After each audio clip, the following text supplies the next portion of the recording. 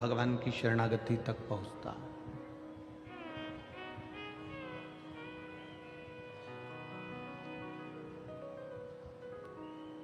किसी के मरने के बाद उसको दवा खिलाई जाती है क्या?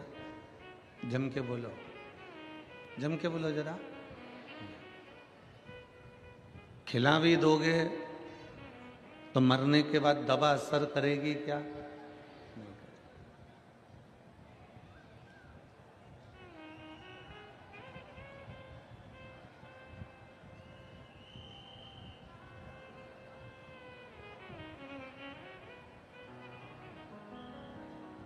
किसी के मरने के बाद दवा का असर नहीं होता।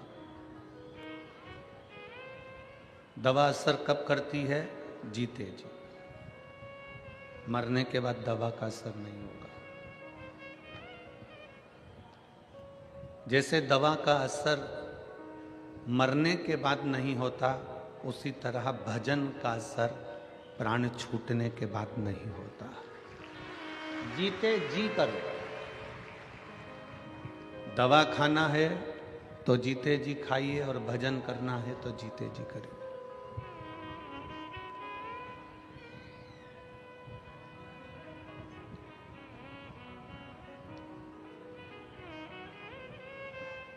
हमारी उल्टी रीति है। बचपन चले गया, जवानी चली गई, अधेड़ी चली गई, बुढ़ापा आ गया, तब हम विचार करते हैं कि अब भगवान का भजन कर लेंगे। अब आप बताना, जीजी हो और मेरे जीजा हो, मेरी बेटी हो, बेटा हो, नेत्रों से दिखाई नहीं देगा, कानों से सुनाई नहीं देगा, मुख में से सारा सोफा सेट निकल गया होगा, एक भी दांत नहीं बचा होगा, हाथ कांपने लगेंगे, पाँव के घुटने चल नहीं पाएंगे, कमर से बैठा नहीं जाएगा, तब क्या शंकर का भजन हो पाएगा? मुश्किल।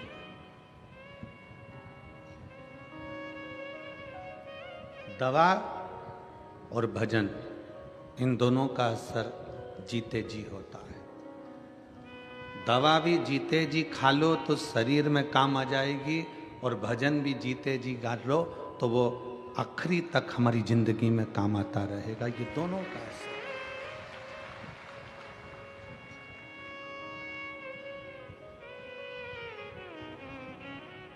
मरने के बाद की कोई प्रामाणिकता नहीं है कि आप स्वर्ग गए कि नरक गए, आप कहाँ गए हो, इसका कोई प्रमाण नहीं है। पर इतना जरूर है, शिव महापुराण की कथा कहती है, ये जरूर है कि आप जीते जी अगर भगवान का भजन कर रहे हो तो आप अपने घर को, अपने परिवार को, अपने कुल को, अपने कुटुंब को और अपने गांव को बैकुंठ बना ले रहे हो, कैलाश बना रहे हो और स्वर्ग बना रहे हो। इतना जरूर है।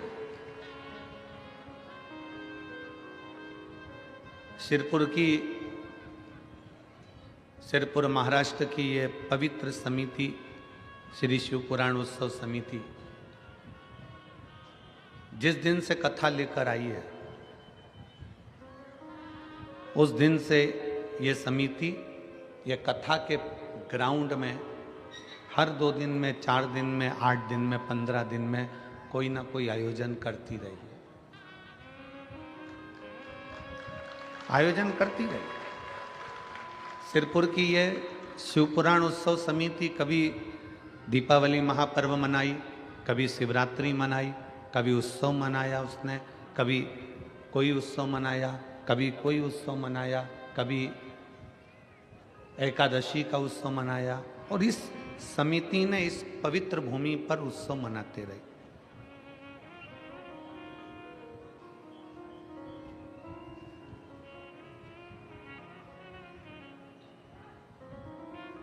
और हमारा इस समिति से निवेदन है,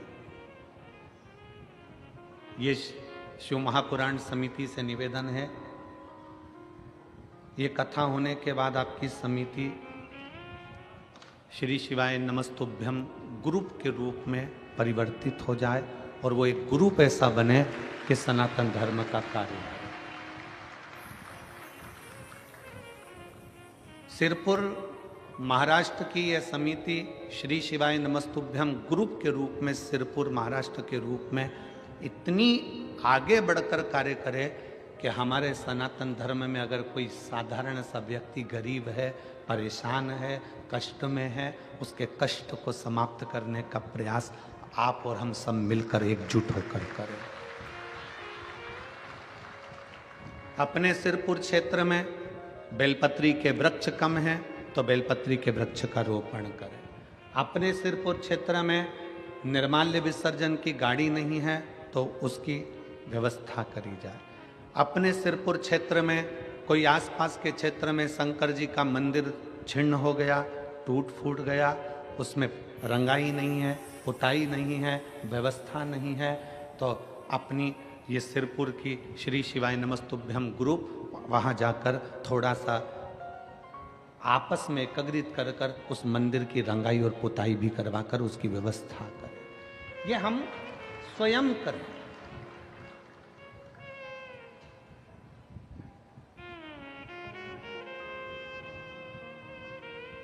और आपकी समिति के जो पदाधिकारी गण हैं, आज से हमने भी ऐसा क्रम बना दिया कि जितनी जगह कथा करेंगे वहाँ की जो समिति होगी उसको श्री शिवाय नमस्तुभ्यम ग्रुप के नाम से आगे बढ़ाते चले जाएंगे और उस शहर के नाम से उसका पंजीयन बिटले सेवा समिति सीहोर में करवाएंगे। आप बिटले सेवा समिति का एक अंग बनते चले जाएंगे, जिससे कभी आपके क्षेत्र में कोई कार्य है, कोई गरीब बच्चे हैं, उनको पढ़ना है, एजुकेशन की ज़रूरत है, उनके पास में धन नहीं है और वो पढ़ना चाहते हैं, विद्या अध्ययन करना चाहते हैं, आपकी समिति से संपर्क करेंगे, समिति सीहोर संपर्क करेगी और उन बच्चों की पढ़ाई का खर्चा बिटले सेवा समिति सीहोर उठाएगी। बहुत बच्चे हैं जिनको बहुत आगे बढ़ना है, उच्च कुल में है, उनको वजीफा भी नहीं मिल सकता, अच्छे परिवार से हैं तो वो किसी के आगे जाके हाथ भी नहीं फैला सकते और उनके बच्चों को आगे बढ़ना। छोटे बच्चे हैं, पढ़ना चाहते हैं।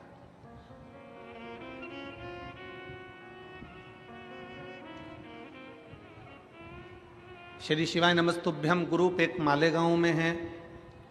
श्री शिवाय नमस्तुभ्यम ग्रुप एक छत्रपति संभाजी नगर में है। श्री शिवाय नमस्तुभ्यम ग्रुप ऐसे ही आगे बढ़ते बढ़ते अपनी संस्थाओं को बिटले सेवा समिति से जोड़कर जो बच्चे पढ़ना चाहते हैं, विद्या अध्ययन करना चाहते हैं, जो सनातनियों को कहीं ना कहीं तकलीफ है, वो समिति से संपर्क करके पहले ग्रुप से संपर्क करेंगे, ग्रुप समिति से संपर्क करेगा और ऐसे हमारे सनातन धर्म की रक्षा के लिए आप और हम सब अग्रण्य खड़े रहें।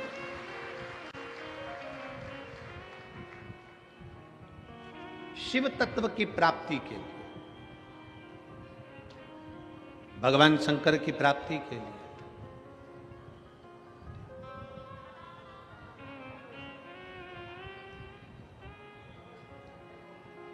हमने इतनी कथाएं करी हैं, पर सिरपुर जैसा उत्साह सिरपुर के बच्चे बच्चे का उत्साह नहीं देखा है। ऐसा उत्साह देखने को नहीं मिला। पूरा सिरपुर का एक एक व्यापारी, एक एक बच्चा, चाहे वो ब्राह्मण हो, चाहे वो क्षत्रिय हो, चाहे वो वैश्य हो, चाहे वो शूद्र हो, चाहे वो किसी वर्ण का हो, चाहे वो किसी भी रूप में हो,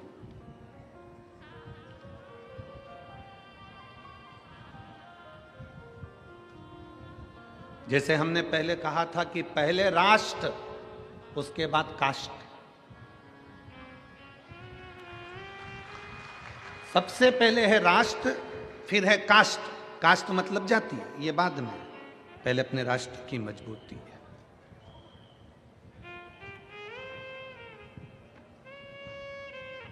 आज इस सिरपुर की पवित्र कथा का लाभ जो आप और हम ले रहे हैं, पूरा सिरपुर का एक एक बच्चा, एक एक जीजियां, एक एक बहनें, एक एक भाई इस सिरपुर की इस कथा के आयोजन के सफल बनाने के लिए बच्चे बच्चे रोड पर खड़े हुए हैं और व्यवस्थाओं में लगे हैं। भोजन व्यवस्था, पार्किंग व्यवस्था, जल व्यवस्था, सारी व्यवस्थाएं ये कर रहे हैं। तो शिव महापुराण की कथा कर रही है कि दवा का असर जीते जी खाओगे तो दवा का असर होगा, भजन का असर, भक्ति का असर, शिव स्मरण का असर आपके जीते जी होगा। मरने के बाद कहां चले गए?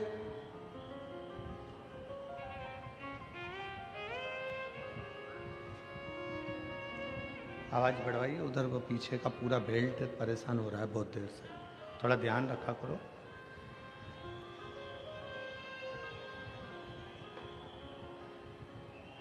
अभी कुछ देर में चालू हो जाएगा, कोई लाइन टूट गई होगी तो वो चालू कर रहे हैं। दवा का असर जिंदा रेते में हो सकता है, भजन का असर जिंदा रेते में हो सकता है। मरने के बाद की आपकी और हमारी कोई गारंटी नहीं है कि कहां होंगे।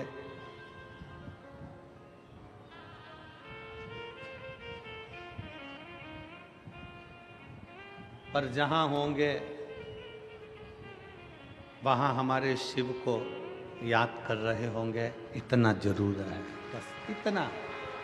हमारे शंकर को, हमारे ओघड़ी को, हमारे त्रिकालदर्शी कैलाशी अविनाशी का स्मरण कर रहे होंगे। शिव की भक्ति को अपने भीतर उतार रहे होंगे। एक बार श्री नामदेव जी महाराज एक सभा में बैठे हुए थे।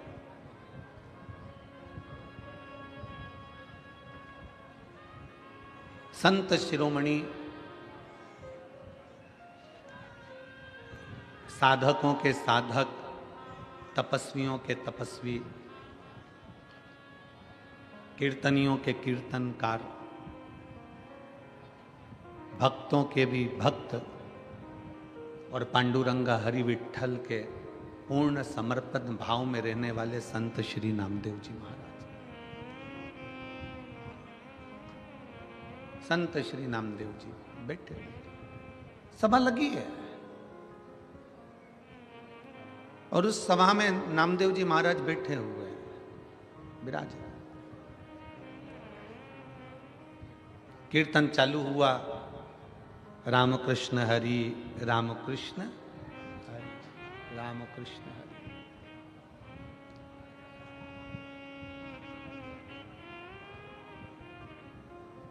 एक सिर फिरा सा एक कोई व्यक्ति नामदेव जी के पास आ गया और नामदेव जी के पास आकर बोला, नामदेव जी, आप अभी प्रवचन में कह रहे थे कि भगवान हर जगह पर विराजमान है, भगवान हर जगह पर बैठा है। कुत्ते के पीछे, स्वान के पीछे आप घी की कटोरी लेकर भाग रहे थे, कुत्ते में भी आपने परमात्मा को देख लिया, हर एक में परमात्मा का दर्शन कर रहे हो, हर एक में भगवान को देख रहे हो।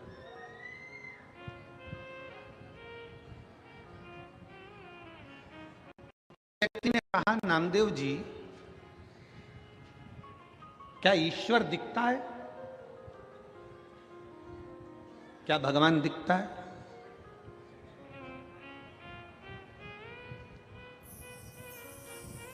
क्या ईश्वर नजर आता है?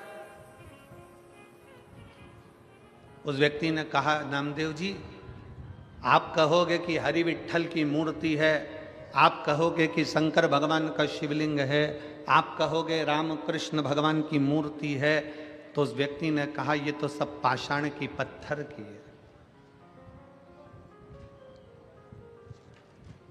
नामदेव जी उसकी ओर मुस्कुराकर बोले कि भगवान का शरीर पत्थर का है,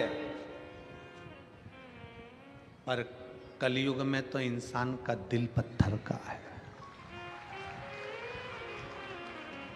यहां तो मनुष्य का हृदय, मनुष्य का दिल, मानव का हृदय पत्थर का हो गया।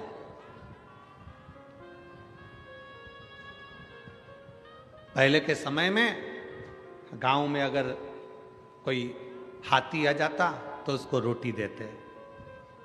गांव में कुत्ता आ गया, कोई जानवर आ गया, कोई पशु आ गया, उसको रोटी दे देते। अब एक कलिकाल में, कलयुग में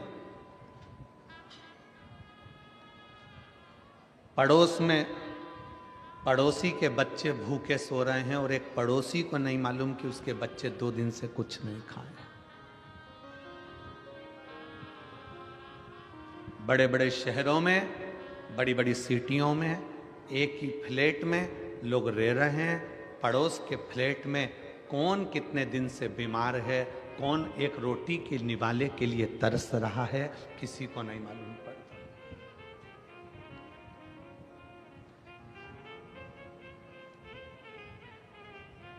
त्रेता युग और कलयुग में कितना अंतर आ गया, ये समझने वाला विषय है कि पहले के युग में लोग कहते थे प्राण जाए पर, जम के बोलो जरा, प्राण जाए पर वचन ना जाए।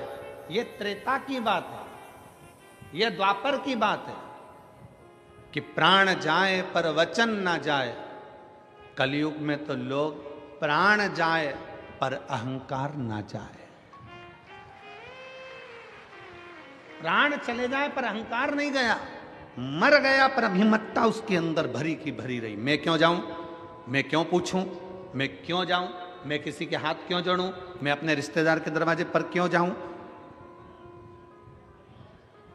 त्रेता में प्राण जाए पर वचन न जाए, कली काल में प्राण जाए पर अहंकार ना जाए। अहंकार भीतर समाता गया।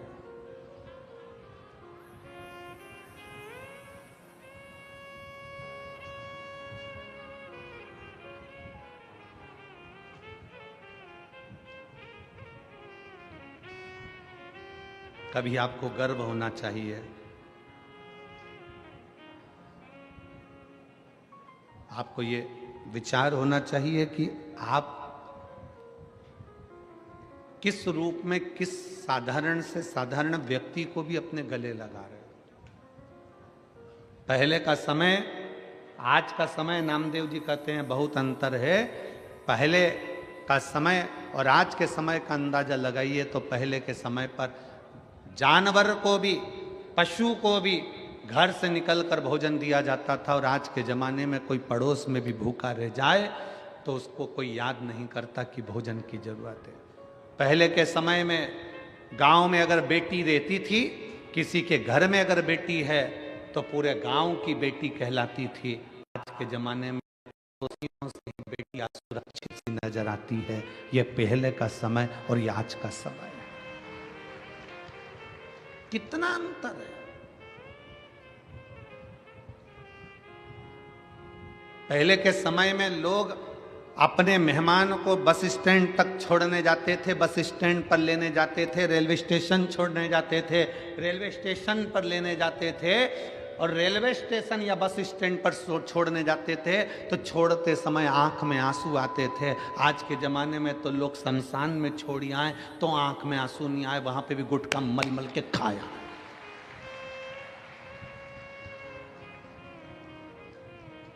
शमशान में मुर्दा जल रहा है और ये वहां बैठकर तंबाकू मल के खा रहा है, उसकी आंख में आंसू नहीं है। पहले के समय में किसी मेहमान को छोड़ने जाते थे तो आंख में आंसू आते थे। बोलो रे जीजियो, सही है कि गलत? कहां गया सब? किस जगह चले गया वो समय? कहां पर पहुंच गया वो समय?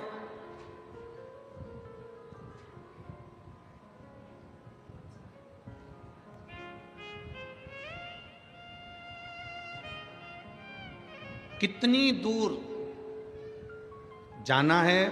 पहले के समय में इतनी गाड़ियां नहीं थी, इतनी व्यवस्थाएं नहीं थी जाने आने के लिए, बस के इतने साधन नहीं थे, ट्रेन के इतने साधन नहीं थे, तो भी पहले के ज़माने में लोग कैसे भी किसी की तबीयत देखना हो, किसी के यहाँ कोई मिलने जाना हो तो बिना कारण के लोग चले जाते थे, अपना समय निकालकर, भले वो पैदल जाना पड़े। आज के ज़माने में जितने यहाँ बैठे हो ना, सबके घर में 2 व्हीलर की गाड़ी है, सबके घर में 4 व्हीलर की गाड़ी है।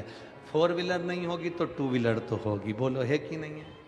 है ना सबके यहाँ? सबके घर में अगर 4 व्हीलर नहीं है तो 2 व्हीलर है। पहले के जमाने में तो गाड़ी नहीं होती थी, साइकिल होती थी, बैलगाड़ी होती थी, तो भी लोग मिलने जाते थे, समय निकाल कर पहुंच जाते थे। आज के जमाने में 4 व्हीलर गाड़ी है, ट्रेन का साधन, हवाई जहाज का साधन, हेलीकॉप्टर का साधन, बस का साधन, गाड़ियों का साधन, 2 व्हीलर 4 व्हीलर सब घर में है। उसके बाद भी अगर कोई रिश्तेदार की तबीयत गड़बड़ है तो कोई मिलने के लिए नहीं जाता, कोई परिचित के पास बैठने नहीं जाता, केवल फोन पर पूछ लेता है और राम राम सम सम कर लिया और जाने का काम खत्म हो गया। पहले के समय में लोग जाते थे, बैठते थे, बात करते थे और उसका दुख हरते थे।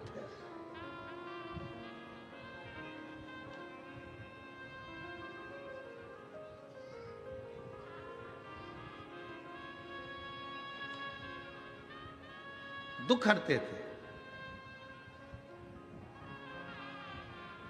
हृदय में थोड़ा सा भी अगर दुख होता था किसी के तो उससे मिलने पहुंच जाते थे। बोलो सही है कि गलत है? पहले के समय में घर में इतने कपड़े नहीं होते थे, होते थे इतनी अलमारियां भरी नहीं होती थी।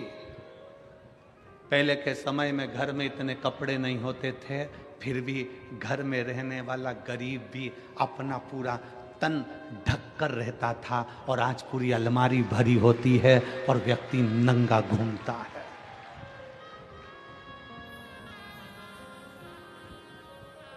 मेरी जितनी जीजियां बैठी है, जितने मेरे जीजा बैठे हैं, जितनी मेरी बेटियां बैठी हैं, जितने बेटा बैठे हैं, इन सबसे पूछूं आपकी घर में अलमारी का एक खन, एक कपाट पूरा आपके कपड़ों से भरा हुआ है? एक नहीं 2 भरे होंगे और थोड़े बहुत तो खूंटी पे टंगे होंगे।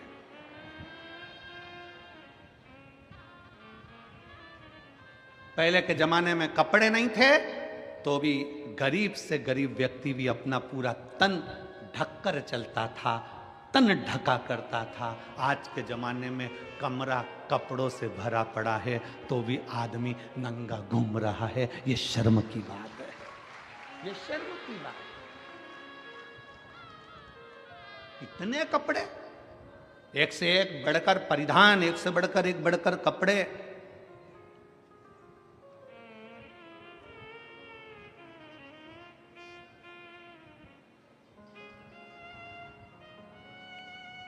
मैं महाराष्ट्र की मेरी जीजियों को, मैं संपूर्ण देश की मेरी बेटियों को, मेरी माताओं को हाथ जोड़ नमन कर कर प्रणाम करता हूं कि आप हमारी संस्कृति और सभ्यता को बनाए हुए हो, संस्कार को दे रहे हो। आप आज भी सभ्यता और संस्कृति और संस्कारों की दैनी इस भारत माता के संस्कारों को दुनिया तक पहुंचा रहे हो।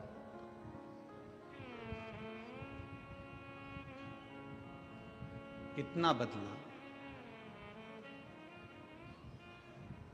कितना बदलाव।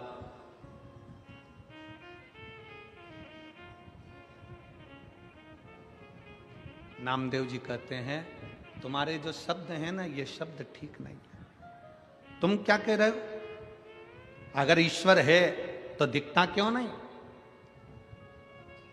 ये तो पत्थर की मूर्ति है जिसका तुम गुणगान गा रहे हो, जिसका तुम विनय कर रहे हो। नामदेव जी ने कहा भगवान का शरीर पत्थर का है पर इंसान का तो दिल पत्थर है। पत्थर दिल है, इसलिए भगवान की मूर्ति भी पत्थर की नजर आ रही है। जिस दिन दिल कोमल होता उस दिन मेरा शंकर भी कोमल नजर आता, मेरा शिव भी कोमल नजर आता।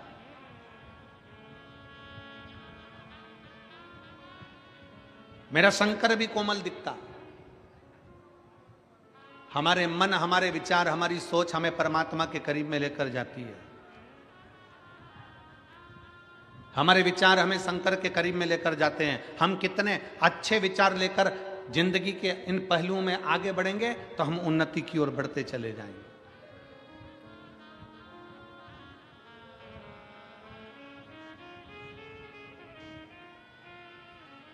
जितना अच्छा सोच सकते हो उतना अच्छा सोचो, जितना अच्छा विचार कर सकते हो उतना अच्छा विचार करो। परमात्मा ने, मेरे शंकर भगवान ने, मेरे भोलेनाथ जी ने, मेरे शंभू ने, मेरे त्रिकालदर्शी ने, मेरे महाकाल राजा ने, मेरे कुबेरेश्वर महादेव ने कुछ चीजें मनुष्य को फ्री दी है। पहले नंबर पर नींद परमात्मा ने फ्री दी है, इसका कोई पैसा नहीं लगता। रात को सो तो प्रेम से सो, चिंता छोड़कर सो। मेरे परमात्मा ने कुछ चीजें फ्री दी है। पहले नंबर पर नींद, दूसरे नंबर पर शांति। मेरे परमात्मा ने नींद अगर दी है और शांति मेरे परमात्मा ने दी है तो फ्री दी है। जिस दिन बन सके उस दिन शंकर की शरण में बैठना, उसका श्री शिवाय नमस्तुभ्यम का स्मरण करना, उस दिन शांति का अनुभव करोगे। आनंद मेरे भोले बाबा ने फ्री दिया है। अकेले भी रहो ना तो मुस्कुराते रहो। अपने कक्ष में दो जनी है ना, पति पत्नी है ना, थोड़ा मुस्कुराने की बात करा करो। पर जब जब पति घर दुकान से आया, ऑफिस से आया, तुम अपने दुकान से आई, तुम अपनी ऑफिस से आई, तुम अपने काम से आई, दोनों पति पत्नी जिस कमरे में पहुंचे हो, उस कमरे को दुनिया के लोग कहते हैं गुरुजी पहले के समय में दशरथ जी के समय पर कैकेयी कोप भवन में जाकर बैठी थी। आज के जमाने में लोग अपने बंगले में कोप भवन नहीं बनाते, कोप गुस्सा करने का कमरा नहीं बनाते। हमने कहा पूरा बंगला ही कोप भवन होता है तो अलग से बनाने की जरूरत ही क्या होती है? अलग से कोप भवन बनाने की जरूरत क्या है? पूरा कमरा, पूरा महल, पूरा घर कोप भवन बना हुआ है। एक जगह पर सास रूठी बैठी है, दूसरी जगह पर जेठानी रूठी बैठी है, तीसरी जगह पर देवरानी रूठी बैठी है, चौथे कमरे में ननन मुंह फुला के बैठी है, पांचवें कमरे में काम वाली बाई चौकीदार ये मुंह फुलाए बैठे हैं, छठे नंबर पर सब्जी वाला आता है तो मुंह फुला के आता है, सातवें नंबर पर दूध देने वाला आता है तो बेल पे बेल बजाता है, आ रहे हो कि जाऊं, वो भी मुंह फुला कर आता है, और कचरे वाला आता है तो वो भी हारन बजा कर, कचरा देना है तो दे, नहीं तो ये पड़ा मैं तो ये जाऊं। हर व्यक्ति मुंह फुला कर आता है। और बात करते हो कि दशरथ जी के समय पर एक कोप भवन था जिसमें कैकेयी बैठी थी। आज के जमाने में पूरा घर कोप भवन है। मेरा निवेदन है शंकर के परिवार को देखना, अगर जहां रहते हैं, कैलाश पर रहते हैं, शमशान में रहते हैं, पर अपने परिवार के साथ आनंद में रहते हैं। पति पत्नी जिस कमरे में रहें उस कमरे से मोबाइल दूसरी अलमारी में बंद कर कर रख दो, और जितनी देर कमरे में रहो उतनी देर प्रेम से रहो। कौन किसकी सुन रहा है? पत्नी अपना मोबाइल लेके, पति अपना मोबाइल लेके उधर पड़ा, और दोनों को चर्चा करना चाहिए अपने बच्चों की लाइफ क्या बनाना है, अपने बच्चों को क्या कराना है, बच्चे कैसे आगे बढ़ेंगे, बच्चों को सर्दी हो रही है, बच्चों के साथ ऐसा हो रहा है, ऐसा विचार करना चाहिए। देखो अपनी बुआ की तबीयत खराब है, वहां चलकर देखना चाहिए। मामा जी का स्वास्थ्य खराब है, एक बार वहां चलना चाहिए। देखो दुकान से फुर्सत नहीं मिलेगी, आदमी मरते मर जाएगा पर उसे फुर्सत नहीं मिलेगी। इतनी बड़ी शिव पुराण सिरपुर में हो रही है और तुम दुकान खोलकर बैठे हो। कम से कम एक दिन तो दुकान में से निकालिए और सिरपुर की कथा में चलिए। ये अपने को कहना पड़ेगा। वो अपने मोबाइल में मस्त है, तुम अपने मोबाइल में मस्त हो, और पूरी जिंदगी बस ऐसे ही निकलती चली गई, और आखिरी में तुम भी रोते रहे, वो भी रोते रहे। पत्नी कहती रही ये मुझे टाइम नहीं देते, पति कहता है मैं टाइम दूं, मैं तो खुद समय निकाल के दुकान से जल्दी चले जाता हूं, पर जब जल्दी जाता हूं तब ये चंद्र घंटा और कुसमांडा बन जाती है। मैं तो खुद तकलीफ। कहां गया आनंद? शंकर भगवान ने, ओघड़दानी ने, त्रिकालदर्शी कैलाशी ने, जब भगवान नारायण, भगवान मां जगतजननी दुर्गा, श्री गणेश जी महाराज, सूर्य नारायण और भगवान शंकर सब बैठे थे। पंचायत लगी थी देवताओं की। शिव पंचायत में सारे देवता बैठे थे, 33 कोटि देवता पंचायत को सुनने बैठे थे। तो पूछा, नारायण ने कहा मेरे पास में ये है, ब्रह्मा कहे मेरे पास में ये है, शंकर भगवान ने कहा मुझे कुछ नहीं चाहिए, मेरे संसार में मृत्यु लोक में जो जन्म लेगा उसको कुछ चीजें फ्री में दे दी जाए। क्या चीज फ्री चाहिए? तो कि वो सोए तो निंद्रा फ्री हो, शांति फ्री हो, आनंद जम के बोलो फ्री हो, आनंद भी फ्री हो, हवा जम के बोलिए फ्री हो, पानी फ्री हो, हवा, पानी, प्रकाश सूर्य का फ्री हो। और शंकर भगवान से पूछा और क्या फ्री चाहिए? शंकर जी कहते हैं मनुष्य की श्वास भी फ्री हो। ये मानव की श्वास भी फ्री है, इसकी कोई कीमत नहीं। शंकर भगवान से पूछा गया ये सब चीजें तुमने फ्री मांग ली है, पर इनकी कीमत कितनी है तुम्हें मालूम है? शंकर भगवान कहते हैं दुनिया के लोगों को मालूम पड़ेगा जब श्वास रुकेगी, तब मालूम पड़ेगा कि श्वास की कीमत कितनी है।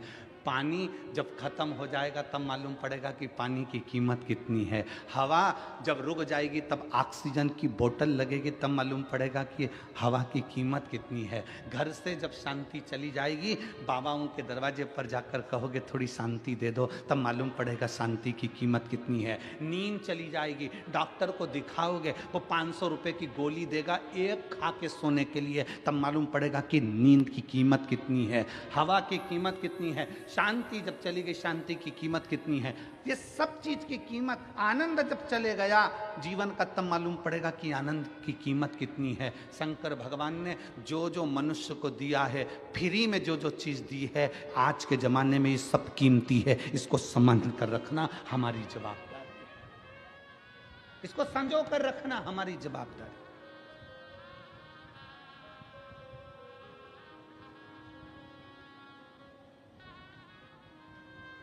हम क्या दे रहे हैं? कितने लोग मिलते हैं संसार में, कितने, कई लोगों के चेहरे की हंसी चली गई, वो मुसद्दी लाल जैसा हो गया, ऐसा बैठा रहता बिल्कुल मुंह फुला के। घर में माताओं को देखो तो ऐसी बैठी रहेगी, माताएं ऐसी बैठी रहेंगी जैसे मातम में बैठी है। अरे कहां आए हो? घर में बेटा आए ना, सबसे पहले चेहरे पर हंसी, माँ को, पत्नी को, भाभी को, बहन को, जितने घर में सदस्य होते हैं ना, एक दूसरे का चेहरा देखकर आते से ही मुस्कुरा दिया करो, आधा टेंशन घर के बाहर चले जाएगा। आप मुस्कुराते ही नहीं। बेटा घर में आया और माँ मुंह फुलाकर बैठी है तो बेटा समझ जाता है फिर झगड़ा हुआ। आधा टेंशन में बेटा घर दुकान का टेंशन लाया था और आधा और घर में मिल गया। कमरे में पहुंचा तो पत्नी का मुंह फूला था, समझ गया कि बोलना ही बेकार है। बच्चे को देखो तो वो अपना गेम लेके बैठा हुआ है, पापा बोल रहा है बेटा चिक्कू कैसा है, चिक्कू बोल ही नहीं रहा, पापा समझ गया ये भी टेंशन में ही है, आज कुछ ना कुछ बात हुई है। बहन से बात करा तो बहन मुंह फुलाकर जवाब देती मुझे क्या मालूम, मेरे को क्या मालूम, मैं क्या यही देखने के लिए आई हूं। भाई से पूछो तो भाई चिढ़कर जवाब देता है। जरा विचार करिए, जिंदगी का आनंद सारा की सारा समाप्त कर बैठे हो, शून्य पर आकर खड़े हो। बिल्डिंग बढ़ गई, धन बढ़ गया, संपदा बढ़ गई, सत्ता बढ़ गई, वैभव बढ़ गया, अपने देश का, प्रदेश का, राज्य का, सबका विकास हो गया, पर विचार करिए कि अपन ने अपने आप को शून्य कर लिया है। आनंद और शांति और निंद्रा सब चली गई, सुख चले गया।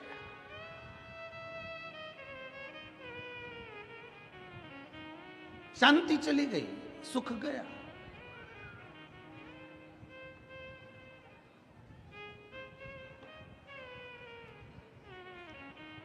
और महाराज,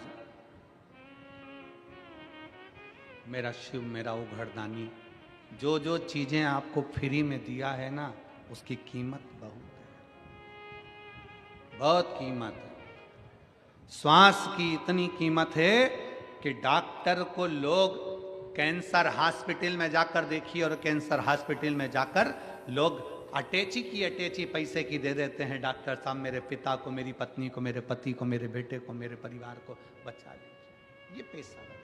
श्वास दे दो, श्वास।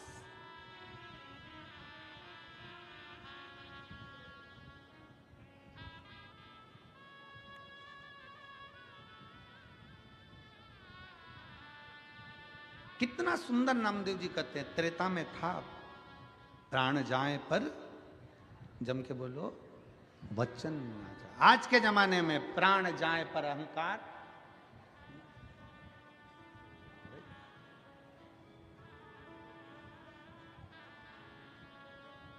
किस अभिमत्ता में जी रहे हो? शिव महापुराण की कथा कहती है अभिमान को छोड़कर जियो,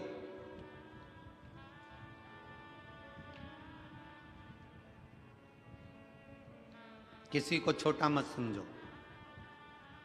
किसी को साधारण मत समझो, किसी को हल्का मत समझो। कभी कभी जिस पत्थर के टुकड़े को तुम घर के बाहर फेंक देते हो, कभी कभी अलमारी को सीधा खड़ा रखने के लिए पत्थर के टुकड़े का भी टेका लगाना पड़ता है, वो पत्थर का टुकड़ा भी काम आ जाता है। किसी को हल्का मत समझो, किसी को छोटा मत समझो।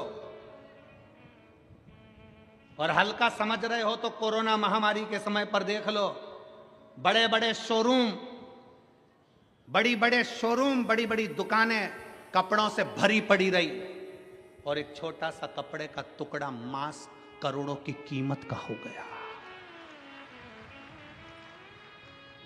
बड़े बड़े शोरूम में कपड़े भरे की भरे रह गए, बड़े से बड़ी दुकान में कपड़ा पड़ा की पड़ा रह गया, ताले लगे की लगे रह गए, और एक छोटा सा कपड़े का टुकड़ा जिसकी कोई कीमत नहीं थी, वो छोटे सा कपड़े का टुकड़ा भी करोड़ों का बिक गया, करोड़ों का व्यापार कर गया।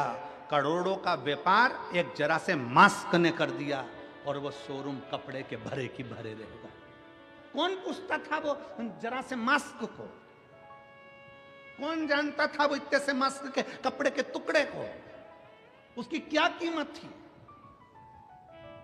पर उस छोटे से टुकड़े ने भी अपना वजूद दिखा दिया कि छोटा कभी छोटा नहीं होता, एक दिन वो छोटा भी शंकर की कृपा से बड़ा हो जाता है। उसने अपना वजूद दिखाया, उसने अपना वर्चस्व दिखाया कि एक छोटा सा कपड़े का टुकड़ा भी बड़ा हो सकता है अगर शिव की कृपा हो जाए, शंकर की करुणा हो जाए, शिव की दया हो जाए, शंकर ओघड़दानी की करुणा हो जाए। किसी को छोटा मत समझो। लोग कहते हैं ये छोटा है, ये छोटा है।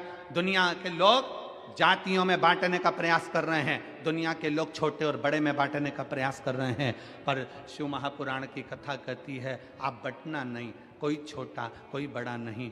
घर के अंदर बहुत विवाद होता है, एक पति का पत्नी ज़्यादा कमाता है, दूसरी पत्नी का पति कम कमाता है। ये मत सोचना कि तुम्हारा पति ज़्यादा कमा रहा है, हो सकता है जो नहीं कमा रहा है ना, उसको शंकर भगवान उसके कारण तुम्हारे पति की भी तनख्वाह ज़्यादा दिलवा रहा है, हो सकता है। परिवार के भरण पोषण के लिए, परिवार के सुख के लिए, परिवार के लिए परमात्मा दे रहा है, किसी के लिए हल्का नहीं। ये ना सोचे कि हमारी माँ कुछ नहीं दे रही, हमारे पिताजी कुछ नहीं कर रहे, हमारा देवर कुछ नहीं करता, हमारा जेठ कुछ नहीं करता, केवल तुम्हारा पति कमा रहा है। ना ना ना, भगवान ने क्यों कृपा कर कर रखी है, क्यों भगवान भरपेट भोजन दे रहा है, क्या पता किसके भाग्य का किसको मिल रहा है। इसलिए कभी ये ना सोचें कि केवल मेरा पति कमा रहा है, घर में जितने सदस्य हैं ना, सबके भाग्य का मेरा भोलेनाथ देते जा रहा है। ये विचार करें, कोई भूखा ना सोए।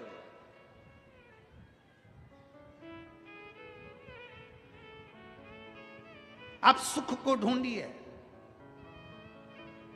क्या मिला शिव महापुराण की कथा से, भगवान शंकर की करुणा से, शंकर भगवान के से सुंदर शिव महापुराण की कथा क्या देती है? ये इतने इतने पत्र रोज आते हैं।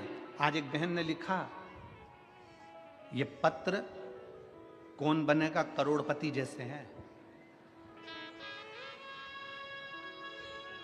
इतने पत्रों में जिसका पत्र निकल जाए गुरुजी, वो कौन बनेगा करोड़पति में जितनी खुशी नहीं होती होगी हॉट सीट पर बैठकर, उतनी खुशी होती है आपकी व्यासपीठ के पास आने पर।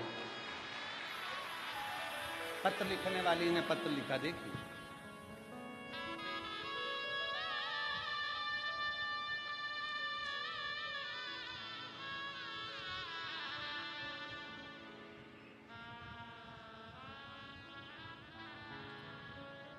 मैं सो जय श्री प्रशांत पाटिल सिरपुर की रहने वाली हूँ। करवंद नाका, हुले सिंह नगर, सिरपुर। कहीं बैठी हो तो हाथ हिला सकती हैं। आ जाओ आ जाओ, हॉट सीट के पास आ जाओ, आइए बता रहा हूँ।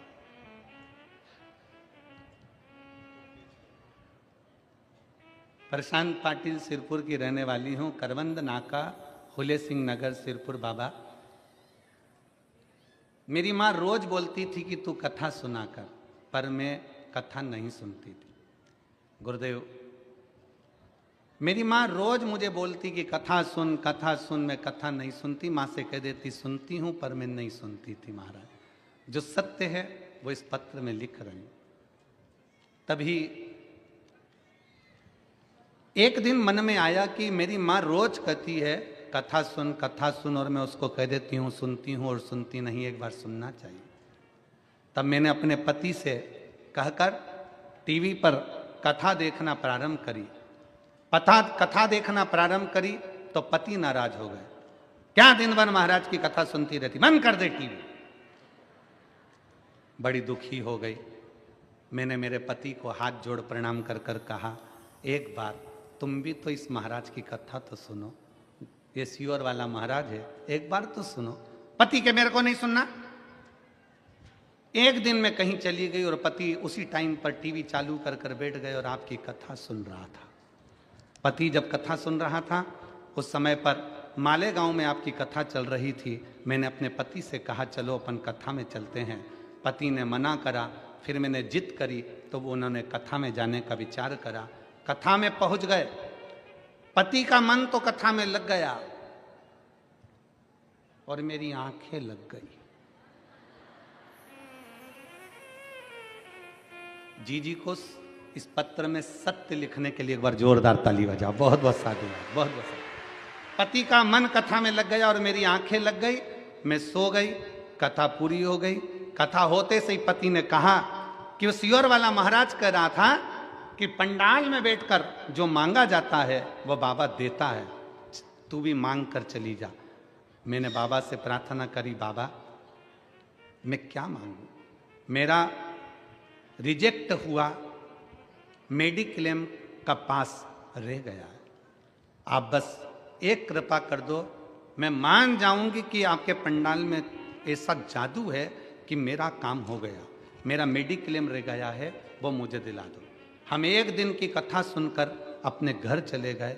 बस घर जाकर थक इतने गए थे भीड़ में कि घर जाकर लेट गए। आंखें लग गई और लगते से ही एक फ़ोन आया और फ़ोन आते से ही खबर करी कि आपका मेडिक्लेम क्लियर हो गया है, आपका मेडिक्लेम क्लियर हो गया। गुरुदेव, आज मैं सत्य वचन कहती हूँ, मेरा मन भले कथा में से हट जाए पर मेरे पति आपकी कथा एक दिन की भी नहीं छोड़ते। मैं भले मन को हटा लूं पर मेरे पति कथा को नहीं छोड़ते। गुरुदेव, आपका पत्र पढ़ना, अब इस लाइन को पढ़िए, आपका पत्र पढ़ना ये तो एक करोड़पति जैसा खेल है। कौन बनेगा करोड़पति? 10 पत्र में से एक पत्र छटता है, जितना हॉट सीट पर बैठने पर खुशी नहीं होती, वो खुशी आपकी व्यासपीठ के पास आने पर होती है। ये शिव पर, ये शंकर, ये ओघड़ है। जहां बैठी हैं दीदी, आइए एक बेलपत्र लेकर जाइए। शिव कृपा।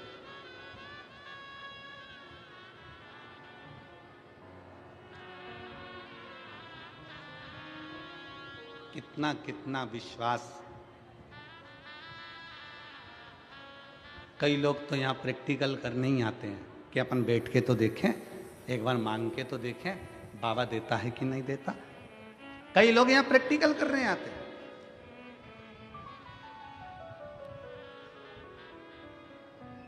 अजय,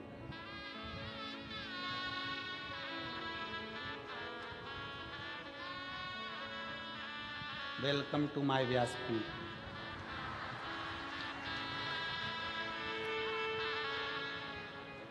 प्रशांत पाटिल सिरपुर की रहने वाली हूँ, कवंद नाका, फूले सिंह नगर, सिरपुर। एक बार जोरदार ताली बजाकर स्वागत करें। बहुत बहुत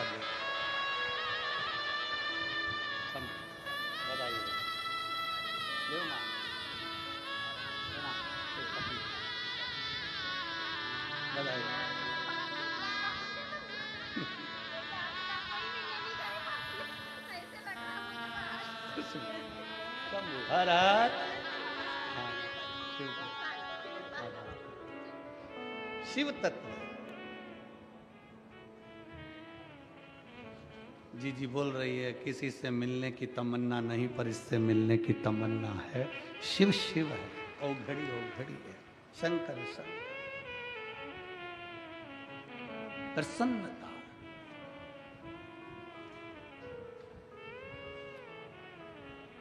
आनंद जीवन का जानना नहीं चाहिए। खुशी, शांति, निंद्रा जाना नहीं चाहिए। प्रसन्नता तुम्हारे चेहरे पर हो। क्या दिया है शिव महापुराण ने? शंकर की कथा ने आपके चेहरे पर प्रसन्नता दी है। एक पत्र और है, जरा ध्यान।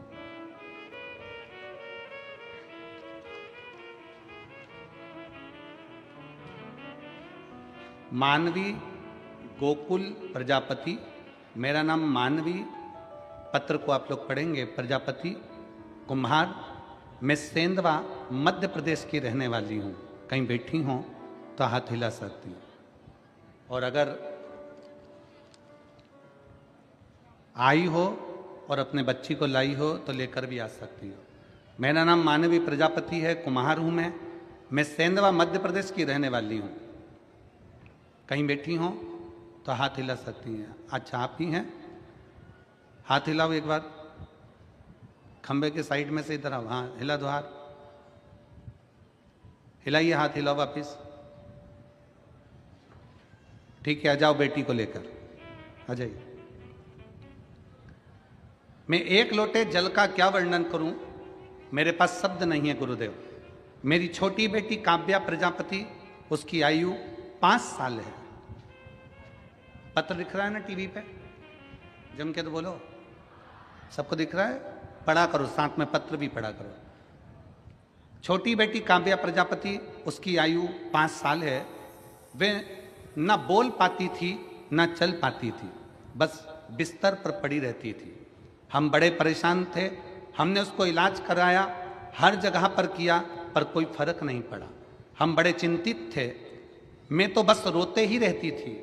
मेरा बड़ा बेटा बिल्कुल अच्छा है, पर बेटी ऐसी क्यों है? मैं रोती रहती थी। हमने उसको इंदौर के बड़े अस्पताल में दिखाया। डॉक्टर कहने लगे कि ये बच्ची ना बोल सकती है ना चल सकती है। इसकी खून की जांच बेंगलोर में भेजी गई। पता चला कि इसको डाउन सिंड्रोम की बीमारी है, जिसके अंतर्गत ये बच्ची न बोल पाएगी, न सही से बैठ पाएगी, न चल पाएगी, न सुन पाएगी। मैं बहुत रोने लगी। किसी ने बताया आस्था चैनल पर सीहोर वाला कोई महाराज आता है, शिव महापुराण की कथा करता है, उसे सुनो। मैं ये से चीज़ों पर विश्वास नहीं करती, पर मैं मेरी बेटी के लिए कथा सुनना शुरू किया। फिर 2022 में सीहोर रुद्राक्ष महोत्सव में गई। वहाँ भीड़ बहुत थी, फिर भी मैं रुद्राक्ष को लिए भीड़ में खड़ी रही। वहाँ रुद्राक्ष लिया, कंकर शंकर की पूजन कही, बाबा को रुद्राक्ष रात को लाई और बाबा को प्रणाम कर कर रुद्राक्ष को तांबे के कलश में गलाती। फिर वही जल शिव जी को चढ़ाती और बेटी को पिलाती। फिर आपकी कथा जलगांव में थी, मेरी बेटी को लेकर आई। 4 दिन की कथा सुनी, धरती को नमन किया, वहीं पर बेटी को सुला देती, मिट्टी उसके शरीर पर लगा देती, बाबा को प्रार्थना करती। इसका शरीर काम नहीं कर रहा, न सुन सकती, न बैठ सकती, न बोल सकती, न चल सकती। आज मैं बाबा को प्रणाम करने के लिए आई हूँ। पंडाल का बैठकर कथा सुनने का फल क्या है? आज मेरी बेटी पूरी तरह से स्वस्थ हो गई, बोलने भी लगी, चलने भी लगी, सुनने भी लगी और बाबा की कृपा से स्कूल जाने भी लगी। मैं बाबा को प्रणाम करने आई हूँ, जिसका फोटो मैंने आगे लगाया है और बेटी भी आई हुई है। फोटो लगाया है, फोटो देख सकते हैं। पंडाल में LED पर आप लोग इस बच्ची का फोटो भी देख सकते हैं।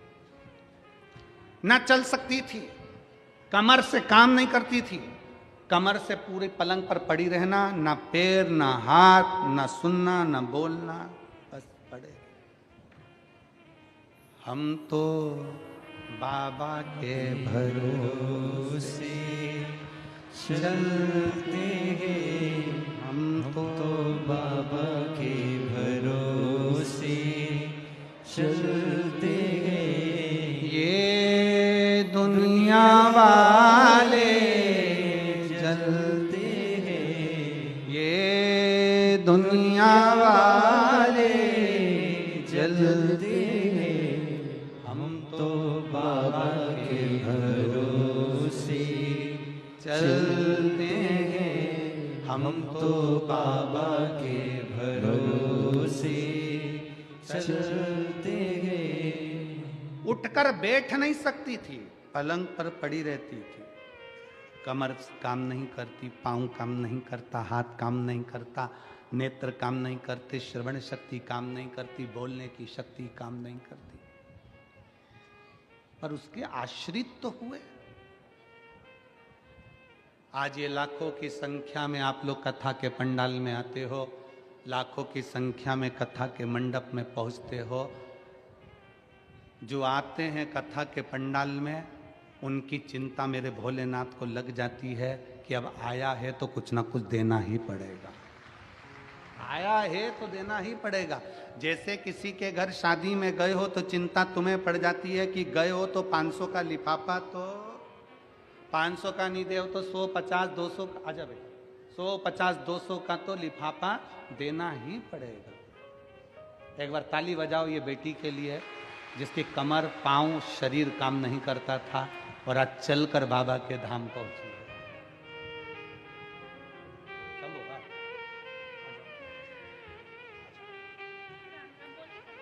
राम राम बोलो, बोलो राम राम, राम राम बोलो, राम राम, शंभो,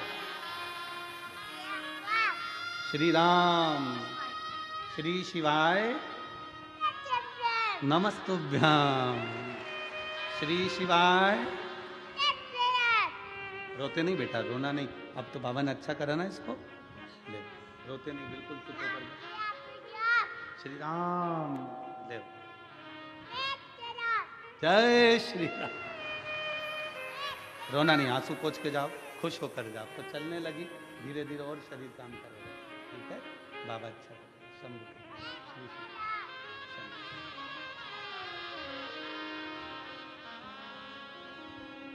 अरे लुटा दिया भंडार काशी वाले ने, कर दिया माला माल काशी वाले ने।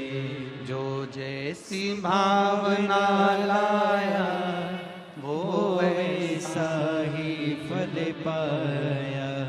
जो जैसी भावना लाया वो वैसा ही फल पाया। नहीं खाली किसी लौटाया वो मन ही मन हर्षाया। और कर दिया माला माल काशी वाले ने। लुटा दिया भंडार काशी वाले ने। एक माँ का दिल जो होता है ना, वो बड़ा विचित्र होता है, बड़ा।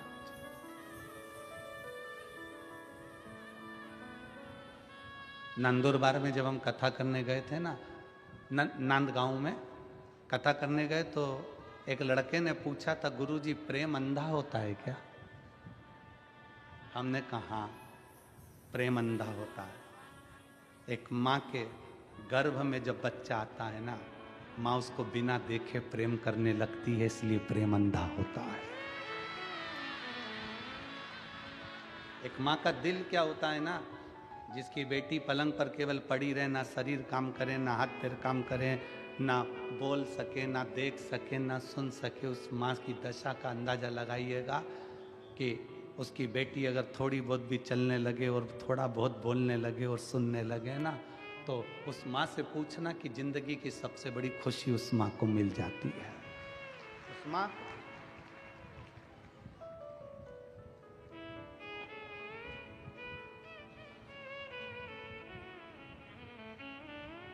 स्नेह था शिव के प्रति, शंकर। आप आए हो, इतनी लाखों की संख्या में पहुंचे हो, तुम्हारा टेंशन शंकर जी को है।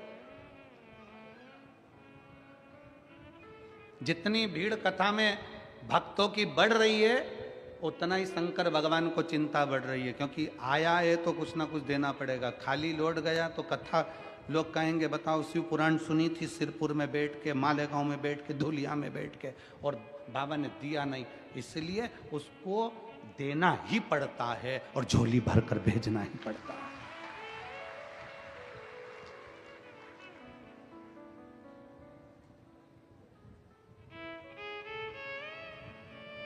नौ तारीख से 11 तारीख तक दुबई में कथा है, 3 दिवस की।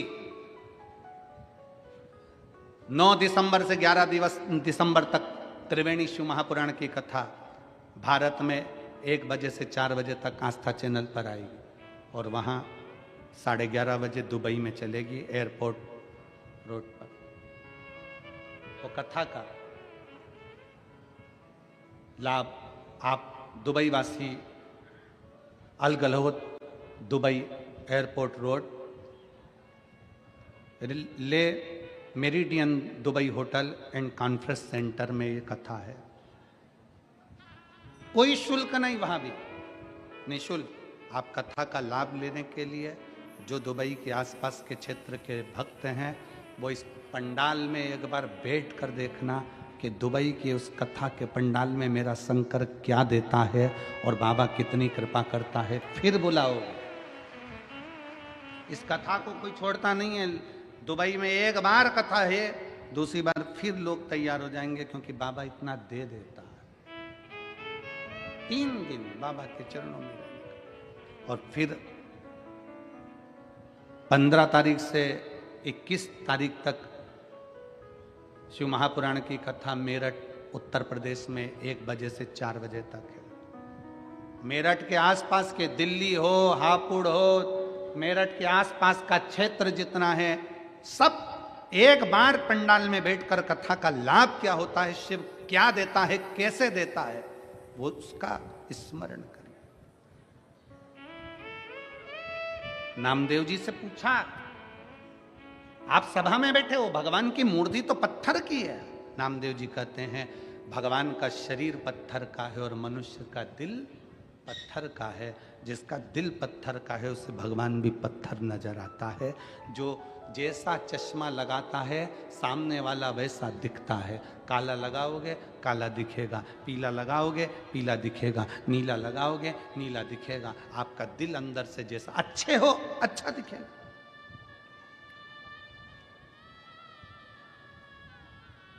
क्यों हम इतनी शर्त से व्यासपीठ पर बैठकर बोल देते कि शंकर जी झोली भरेगा? क्योंकि हमें भरोसा है उस पर, देखा है उसको।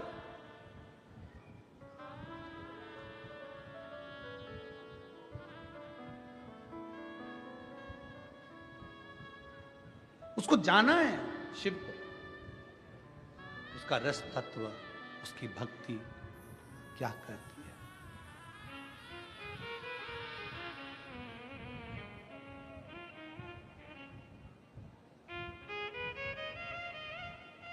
किसी के घर में शादी में गए हो, उसका फर्ज है खाना भी खिलाएगा, रुकाएगा भी और बाद में कुछ ना कुछ देकर भेजेगा भी। फर्ज उसका है, वो देकर भेजेगा। आप उसकी कथा में आए हो, आप सियोर वाले महाराज की कथा में नहीं आए हो। कथा किसकी चल रही है? किसकी? जम के बोलो, देवाधिदेव महादेव। सियोर वाले महाराज की कथा चल रही है क्या कि पंडित प्रदीप मिश्रा ऐसे वैसे यूं, तो उसकी कथा चल रही। कथा किसकी? शंकर की चल रही है। आप शिव की कथा में आए।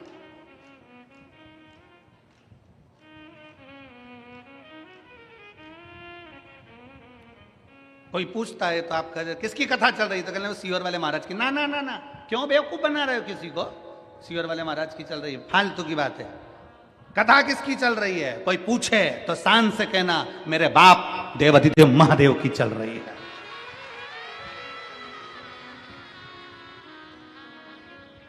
कौन सुनाने आया है? सियोर वाला महाराज नहीं।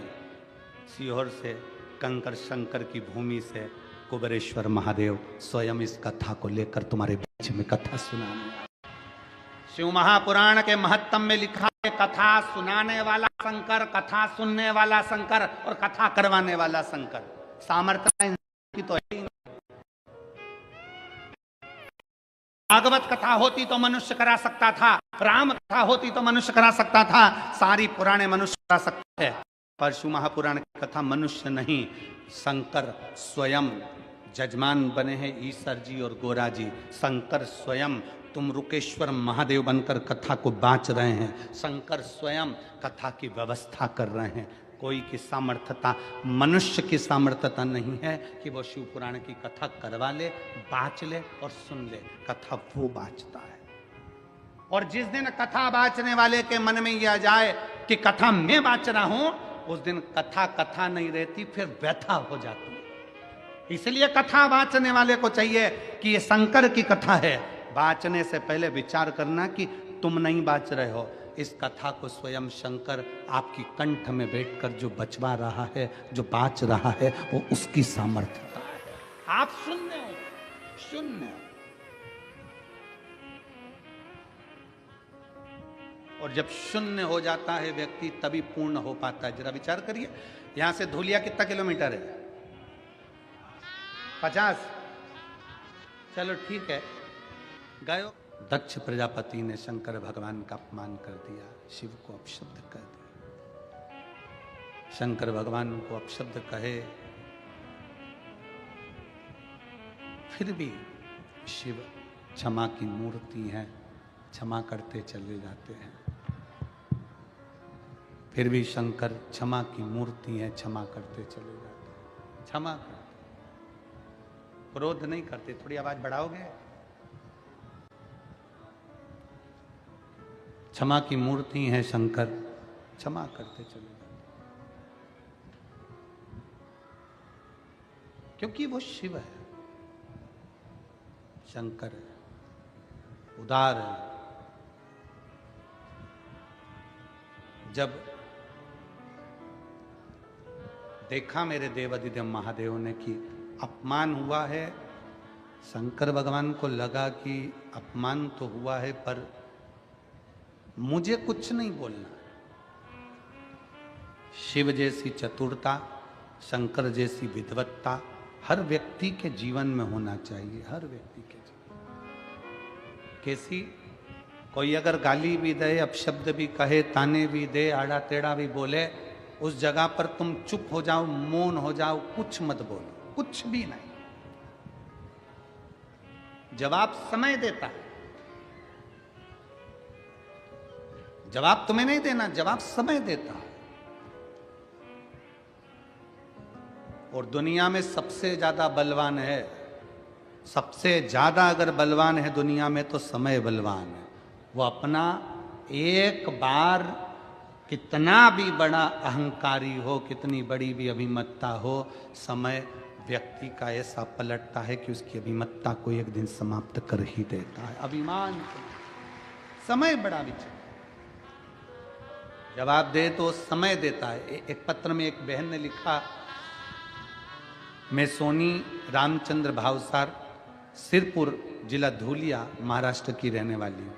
कहीं बैठी हो तो हाथ हिला सकती हैं, अगर कहीं बैठी हो तो हाथ हिला सकती हैं। मैं सोनी रामचंद्र भावसार, आजा बेटा।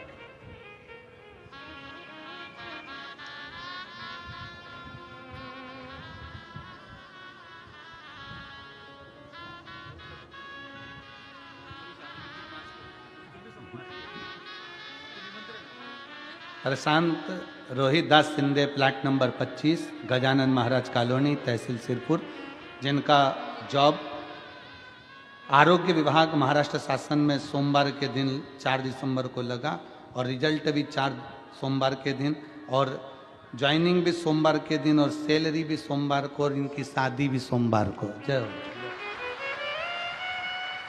सम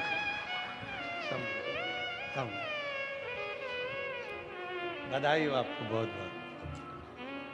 एक पत्र है, मैं सोनी रामचंद्र भावसार, सिरपुर की रहने वाली हूँ गुरुदेव। कहीं बैठी हो तो हाथ हिला सकती हैं, और अगर बैठी हो तो बेलपत्र लेने के लिए आ सकती हैं। मेरा छोटा बेटा जिसकी उम्र 13 साल है, उसे बचपन से थैलेसेमिया की बीमारी है।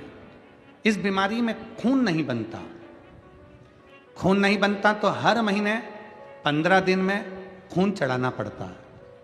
इसी कारण हम बहुत से अस्पताल में लेकर उसको गए, सारी जांच भी करवाई, डॉक्टरों को कहा ऑपरेशन करवाना पड़ेगा, बोन मैरो का ट्रांसफर करने पड़ेगा। डॉक्टरों ने बोला, पर उसके बाद भी डॉक्टरों ने ठीक होने की गारंटी नहीं दी। फिर हम सब बहुत चिंता में पड़ गए। 13 साल का बेटा है और थैलेसीमिया की बीमारी है जिसमें ब्लड नहीं बनता है। ब्लड 15 दिन 1 महीने में चढ़वाना पड़ता है। 13 साल से लगातार ब्लड चढ़वा रहे हैं, जिस दिन से हुआ उस दिन से। तब एक दिन हमने आपकी कथा टीवी पर सुनी और टीवी पर सुनकर रुद्राक्ष लेने के लिए हम सीहोर पहुंचे। मेरे पति सीहोर गए, रुद्राक्ष महोत्सव में पहुंचे।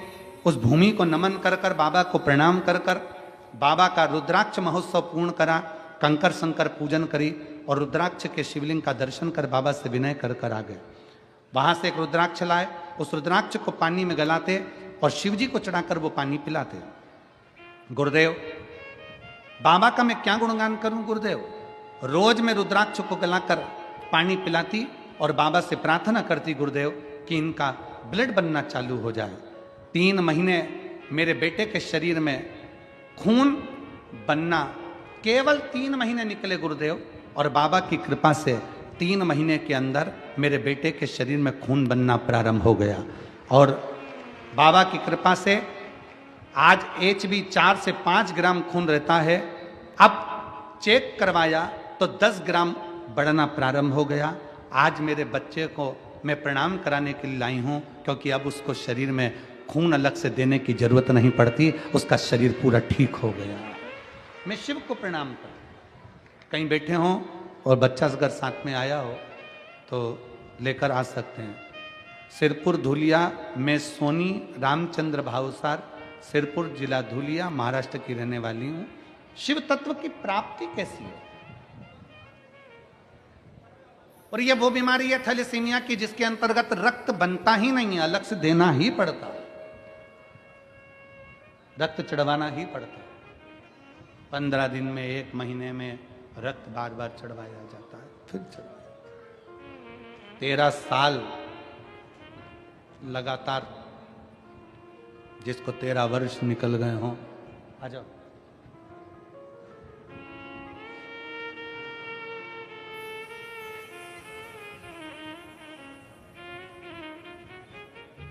बच्चा नहीं आया? अच्छा आया, 2 दिन से आ रहा है। एक उसको दे देना, एक आपका।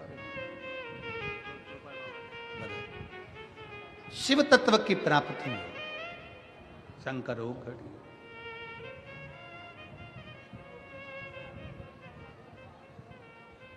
सती माता ने भगवान शंकर से कहा कि आपका अपमान मेरे पिता ने किया है, आप कुछ बोले नहीं, आप कुछ कहे नहीं। शंकर भगवान बोले नहीं,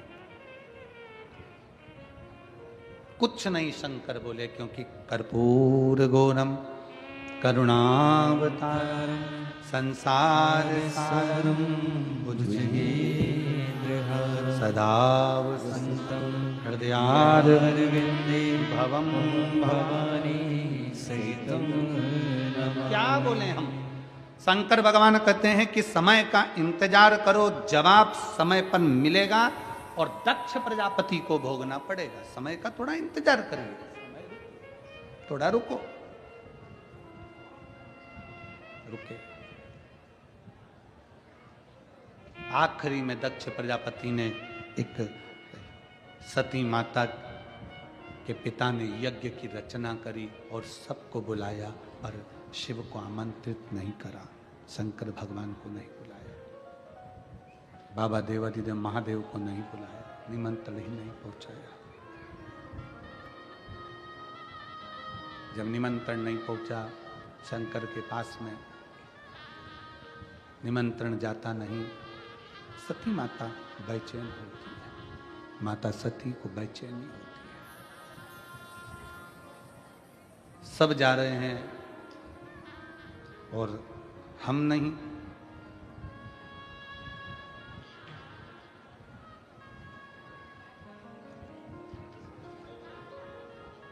दक्ष प्रजापति को यह ज्ञान होना चाहिए कि शिव की शरणागति से बढ़कर दुनिया में कोई सुख नहीं है।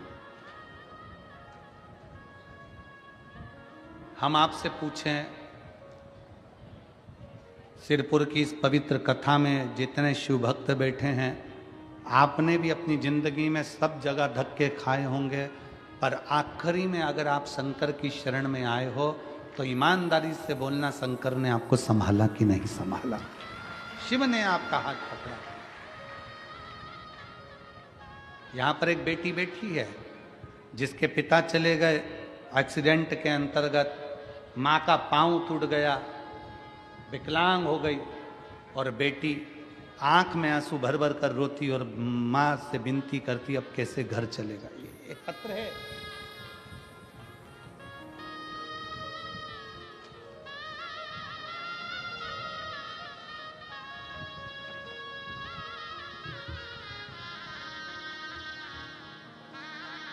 मैं वैशाली जितेंद्र तिवारी धूलिया महाराष्ट्र से हूं। कहीं बैठी हूं तो हाथ हिला सकती हैं। मैं वैशाली जितेंद्र तिवारी धूलिया महाराष्ट्र से एक लोटे जल का वर्णन करना चाहती हूँ। एक दुर्घटना में मेरे पति का देहांत हो गया और मैं भी एक पैर से विकलांग हो गई। मेरी 2 बेटियां हैं, उन्हें मैंने मेहनत करके बड़ा किया। मेरी बेटी कुमारी प्रियंका जितेंद्र तिवारी कहती है, मां क्या भगवान साथ देता है? पिता चले गए, पांव टूट गया आपका, मैं इतनी मेहनत कर रही हूं पर कहीं नौकरी नहीं लगती मेरी, अंदर से टूट गई। तब आस्था चैनल पर गुरुदेव आपकी कथा को सुनना प्रारंभ करा और कथा के सुनने पर श्रावण के महीने में शंकर के शिवलिंग की पूजन करें। आपके बताए अनुसार जो जो उपाय आप बताते हो, दुनिया भले उस उपाय पर हंसे, पर मैं छाती ठोक कर कहती हूं कि आपका एक एक उपाय कारगर है, जिसमें शंकर मनोकामना पूर्ण करता है। मेरी बेटी रोज सुबह उठकर शंकर के मंदिर जाने लगी, जल चढ़ाने लगी, आपके बताए अनुसार कार्य करने लगी, और फिर हम सब सीहोर 17 फरवरी को रुद्राक्ष महोत्सव में पहुंच गए। 17 फरवरी को जब हम रुद्राक्ष महोत्सव में पहुंचे, मेरी बेटी से मैंने कहा, यहाँ कंकर शंकर की पूजन होती है, 7 दिन रुककर अपन कथा सुनेंगे, यहाँ पर रहेंगे, मांग भिक्षा भोजन पाएंगे और आराम से बाबा का भजन करेंगे। 7 दिन बाबा के धाम पर रहकर 17 फरवरी को रुद्राक्ष महोत्सव में पहुंचे। उसी दिन कंकर शंकर की पूजन कर कर बेटी आ गई। मालेगांव की कथा के पंडाल में बैठकर कथा सुनी और बाबा ने ऐसी कृपा कर दी गुरुदेव, हम सोचे भी नहीं थे। आज मेरी बेटी तो प्राइवेट जॉब ढूंढ रही थी, पर मेरे बाबा ने महाराष्ट्र पुलिस के कांस्टेबल पद में 22 अगस्त 2024 को मेरी बेटी को चुनित कर दिया और आज मेरी बेटी इस नौकरी को कर रही है। नागपुर में उसकी ट्रेनिंग चल रही है। मेरी बेटी का मैं फोटो लगा रही हूँ। ये शिव तत्व है। कहीं बैठी हो तो एक बेलपत्र लेने के लिए आ सकती है। शिव तत्व इसी को कहते हैं, शंकर की उदारता इसी को कहते हैं। और तेरी कृपा बिना ना हिले एक भी श्वास, तेरी कृपा से तनो तनो बखान क्या करूं मैं राखों के ढेर का, चपटी भभूत मेरे खजाना कुबेर का। हे गंगाधार मुक्ति द्वार ओंकार तू, भोले ओमकार तू, आयो शरण तिहारी शंभु तार तार तू। जिस विश्वास के साथ, जिस भरोसे के साथ अपन भगवान शंकर की कथा का रसतत्व ग्रहण करते हैं, सुनते हैं, श्रवण करते हैं, बाबा उस रसतत्व का फल देता जरूर है। बस आपका विश्वास कितना पक्का है, आपका भरोसा कितना पक्का है, ये आपके ऊपर निर्भर करता है। ये आपके ऊपर निर्भर करता है।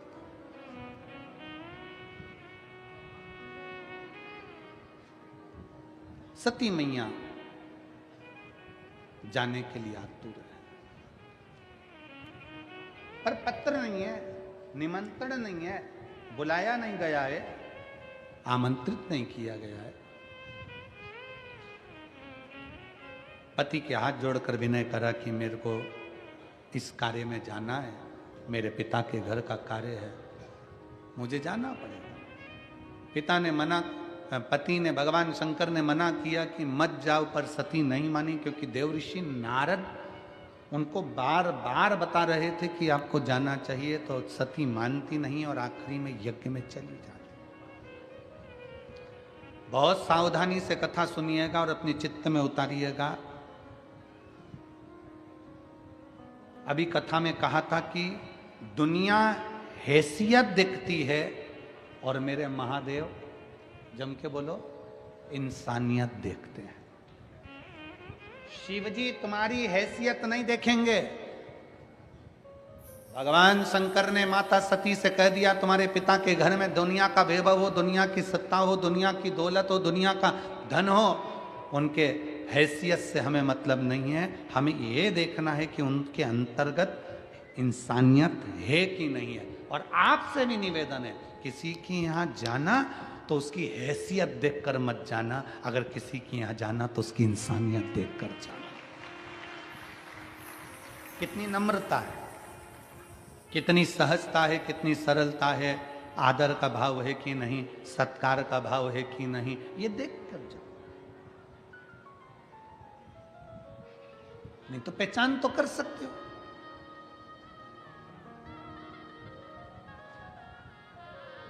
एक लड़का नौकरी कर कर अपने घर गया। घर जाते से ही उसने अपनी सास को देखा कि आज मेरी पत्नी की मां आई है। खुश होकर प्रणाम किया, नमन किया। भोजन की थाली आई, भोजन करने लगा। भोजन करते करते खुश होकर बोला, आज का भोजन मेरी सास ने बनाया है, गारंटी है मेरी। आज का भोजन मेरी सास ने बनाया है, ये गारंटी है मेरी। पत्नी मुस्कुराकर पूछने लगी, इतनी जल्दी तुम मम्मी के हाथ के भोजन को कैसे पहचान गए? इतनी जल्दी तुम मम्मी के हाथ के भोजन को कैसे पहचान गए? लड़का बोला, रोज भोजन करता था तो थाली में काला बाल आता था, आज सफेद आया।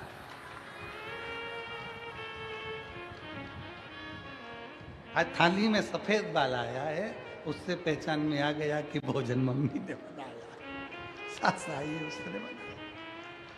तुम कैसे पहचान सकते हो? सती मैया कहती हैं कि तुम मेरे पिता को कैसे जान सकते हो? मुझे जाना चाहिए अपने पिता के घर में, मुझे जाना चाहिए अपने पिता के घर में, ये मेरा फर्ज है, मैं जाऊं अपने पिता के घर, ये मुझे जाना चाहिए। नहीं नहीं, आप मेरे पिता को कैसे जान सकते हो? क्योंकि तुम्हारे पिता भरी सभा में अपनी हैसियत दिखाते हैं कि मैं दक्ष प्रजापति हूं, मैं दक्ष प्रजापति हूं, ये हैसियत दिखाते हैं। इतने बड़े पद पर बैठने के बाद व्यक्ति को हैसियत नहीं, जितने ऊंचे ऊंचे पद पर बैठते चले जाओ उतना हैसियत नहीं, इंसानियत दिखाने का प्रयास करा करो कि हमारे भीतर भी कोई दिल बसता है।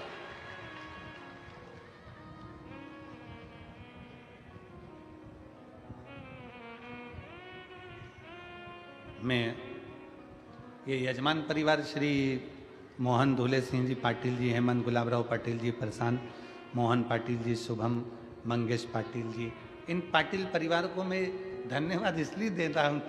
सुबह की कथा में भी मैंने दिया, अभी भी मैं इसलिए दे रहा हूँ क्योंकि ये बच्चा जो जजमान पद के लिए सीहोर भी मिलने आए और यहाँ पर भी उन्होंने सेवा का भाव रखा, ये पाटिल परिवार का स्नेह रोज पहले यजमान है जहाँ हम ठहरे हैं वहाँ पर आकर 25 बार पूछता है कि कोई चीज की कमी तो नहीं है।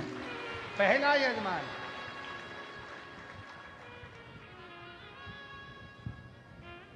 मैं साधुता देता हूं ऐसे यजमान परिवार को, 25 बार आकर पूछेगा, आशीष भैया कोई सामान, पंडित जी कोई सामान, भैया जी कोई सामान, हमारे कोई भी कमी हो बता, कोई भी कमी।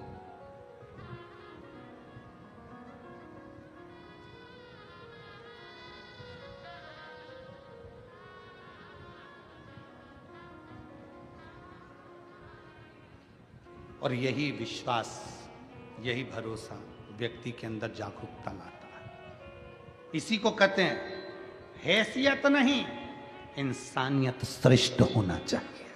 इसी को कहते हैं। अगर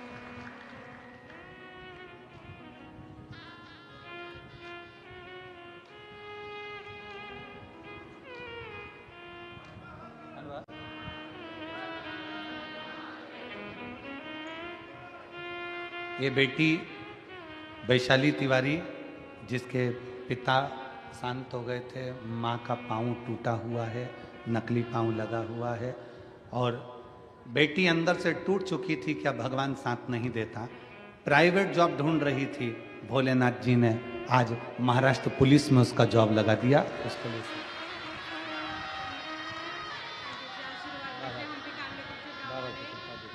शिव तक और लुटा दिया भंडार काशी वाले ने, कर दिया माला माल काशी वाले ने, जो जैसी भावना लाया वो वैसा ही फल पाया। आप भी बोलो, जो जैसी भावना वो वैसा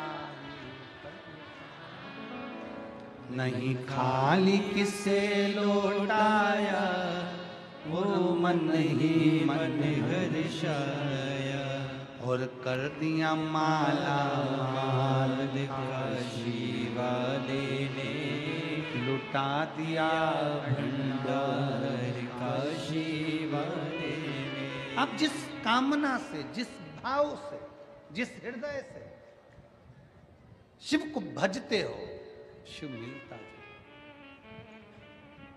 सती, तुम्हारे पिता हैसियत दिखा रहे हैं, इंसानियत नहीं। सती ने पूछा वो कैसे?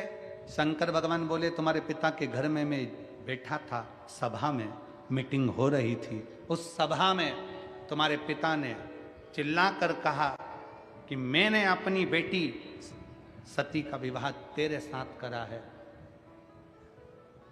तो भस्म रमाने वाला, जटा जूट बांधने वाला, मृगछाला पहनने वाला, मेरा दामाद होकर मेरा सम्मान नहीं करा है, तू मुझे जानता नहीं है, मैं दक्ष प्रजापति। अपने ससुर को तूने प्रणाम नहीं किया। सती, विचार करिएगा, अगर बेटी का कन्यादान करा है जिस लड़के के साथ, वो तुम्हारा दामाद हो गया। सती, सत्य बताना, कन्यादान के समय पर पांव पूजे जाते हैं तो प्रणाम ससुर हमें करता, फिर भी हमने ससुर को प्रणाम किया, पर तुम्हारे पिता हमें देख नहीं पाए और उन्होंने भरी सभा में हमको अपशब्द कहे और कहा कि भस्म रमाने वाला, जटा जूट बांधने वाला, मृगछाला पहनने वाला, धतूरा पाने वाला। पार्वती, सबको मालूम है कि शंकर भस्म रमाते हैं, सबको मालूम है कि शंकर जटाजूट बांधते हैं, सबको मालूम है शंकर मृगछाला पहनते हैं, पर चार लोगों में ये कहने की जरूरत क्या है? क्यों कहना? ये तो उसी में का हाल है जैसे एक लड़का अपने ससुराल जा रहा था और ससुराल जाते जाते उसको एक दोस्त मिल गया रास्ते में। उसने अपने दोस्त से कहा, फ्री है क्या अभी? हाँ, एक काम कर, मेरे साथ मेरे ससुराल चल, चल बैठ गाड़ी में। उसने कहा नहीं नहीं, मैं नहीं जा सकता, मेरे को, मैं जाऊंगा अच्छा नहीं लगा। नहीं, मैं चल तो सही। अरे मेरे पास कपड़े नहीं है और तेरे ससुराल ले जाना। मेरे पास रखे हैं कपड़े, मैं दे दूंगा, चल चल मेरे साथ बैठ। और गाड़ी में उसको बिठा के ससुराल ले गया। अब ससुराल ले गया, अपने कपड़े में से उसने एक पजामा और एक कुर्ता तो उसके पास पहना था, पजामा गंदा हो गया था तो उसने अपना पजामा दे दिया। किसने? उस लड़के ने पजामा दिया। वो पजामा पहन के बाहर निकला और ससुराल वालों के सामने आया। जैसे ही ससुर ने पूछा अपने दामाद से, बेटा आप आए, अच्छा लगा, पर ये कौन है? तो इन्होंने कहा ये मेरा दोस्त है, कुर्ता इसी का है, पजामा मेरा है। अब दोस्त को गुस्सा आ गया, बेवकूफ, अकल नहीं तेरे में, मूर्ख है, ये बोलने की क्या जरूरत थी कि पजामा मेरा है? मेरे को मेरे घर जाना है, छोड़ मुझे, ले तेरा पजामा, मैं अपना पुराना पजामा पहन लेता हूं। नहीं नहीं, पहने रहे। इतने में लड़की ने कहा, उसकी पत्नी ने, भैया मेरे मामा जी की आज निमंत्रण है, आपको चलना पड़ेगा, आप चलिए। वो मामा जी, तो उसने समझा दिया, अब बोला है तो सोच लेना। तो गए, बैठे, मामा जी ने पूछा, जमाई साहब, दामाद जी आप आए, अच्छा लगा, ये कौन है? तो कि मेरा दोस्त है, मेरे साथ आया है, कुर्ता भी इसी का है और पजामा भी इसी का है। अब उसको और गुस्सा आ गया, उसने हाथ पकड़ा, अंदर ले जाके बोला, पागल हो गया, मूर्ख है, ये बोलने की क्या जरूरत थी कि पजामा भी इसका, कुर्ता भी इसका? क्या तेरी कसम अब नहीं बोलूंगा, चल। इतने में मौसी जी आ गई। मौसी ने अपनी बेटी से कहा, बेटी कल मेरे यहाँ जिम नहीं आना पड़ेगा। मौसी के यहाँ गया, अब वहां पर बैठा था, मौसी जी बोली, दामाद साहब आप आए, अच्छा लगा, ये कौन है? तो कि मेरा दोस्त है, पर इसके पजामे की मैं बिल्कुल बात नहीं करूंगा, मैं बिल्कुल नहीं बोलूंगा। क्रोध आ गया उसको, गुस्सा कि पजामे की क्या बात करता है, इंसानियत रखिए, हैसियत से किसी को ना तोलिए। सती, तुम्हारे पिता ने मुझे अब शब्द हैसियत देखकर कोसा गया है, इसलिए मत जाओ। मानी नहीं सती, चली गई, आखिरी में जलकर भस्म हो गई। और वो सती माँ जो जलकर भस्म हुई, वो शिव को क्रोध आ गया, शंकर भगवान ने पूरी यज्ञशाला को विध्वंस कर दिया। सती मैया जो जलकर भस्म हुई, हिमालय राज के यहाँ माता पार्वती के नाम से विख्यात हो गई। माता पार्वती और पार्वती जी के नाम से विख्यात हुई। भगवान शंकर और पार्वती जी का